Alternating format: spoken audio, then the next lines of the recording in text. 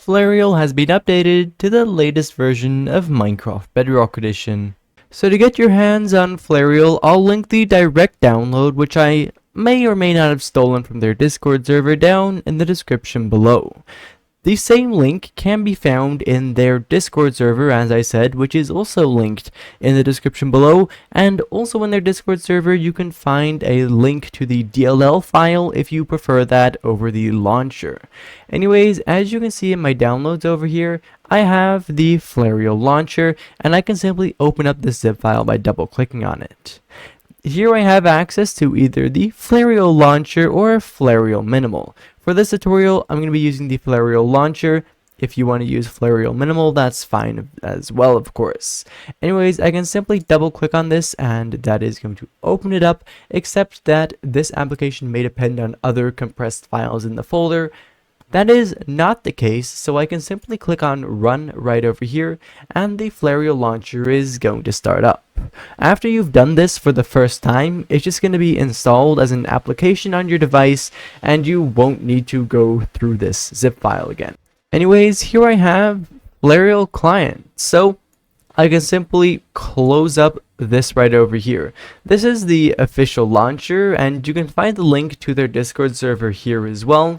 You can log in if you want to, find some news, and access this settings area.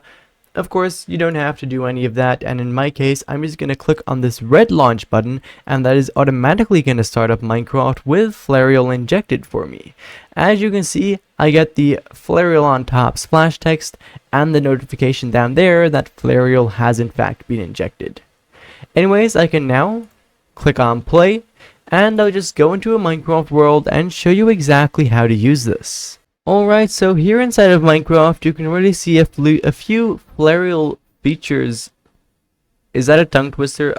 Anyways, on my screen, and I'll get into those in a second, of course. Anyways, to open up the Flarial Click GUI, you can simply press on K, just like that, and that is going to open up this modules area right over here. Some of which, in my case, have already been enabled from previous uses.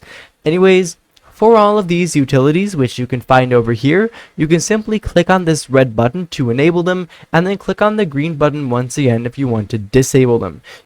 You can also click on this settings button right over here, and that'll bring you to a customization menu for that specific utility. As you can see, all of these utilities have customization menus. Anyways, it's pretty self-explanatory. However, if you don't know what a utility does, you can of course just hover over it and it'll give you a brief description. You can also navigate to this settings area right over here that'll allow you to edit and adjust some of Flarial's general settings. Alright, so with that out of the way, as I said, this should be pretty self-explanatory to use. Now, some of these utilities are actually going to be things that show up on your screen. As you can see, my coordinates, my frames per second, for example.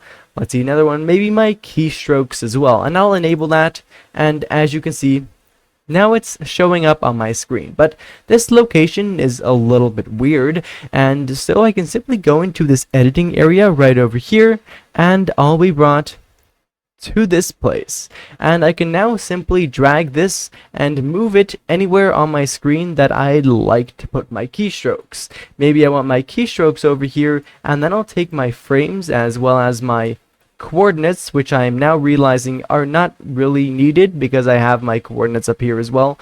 Oh well, I'll just drag those over to that corner instead, and then I'll put my keystrokes right down there, right? And you can of course adjust this however you want with whatever utilities you want to have enabled. Anyways, I can now just press on escape and I'll be brought back to this modules area where I can, for example, turn on another thing. Anyways, I can simply close out of this, and now as you can see, all of these utilities are going to be active on my screen. Of course, though, not all of these utilities do things that actually show up on your screen. It's just some of them. As for the utilities that don't do stuff on your screen, I recommend checking out the zoom. It's something I personally love. In this customization menu, I believe the keybind is by default already set to C, and they actually have an animation when you zoom, which I really like. It's just like the Optifine zoom. I can close out of here, and as you can see, I can press on C to zoom into myself or to zoom into anything else. I really like that. It's one of my favorite utilities with this client. Anyways, with all that being said, that was basically that, except for the fact that I have actually heard that something pretty interesting happens when you hover over the Flarial logo in the top left hand side of the Click GUI. Anyways, with that being said, that was really all for right now. Thank you ever so much for watching, and I do of course hope to see you again in the next one. Bye bye.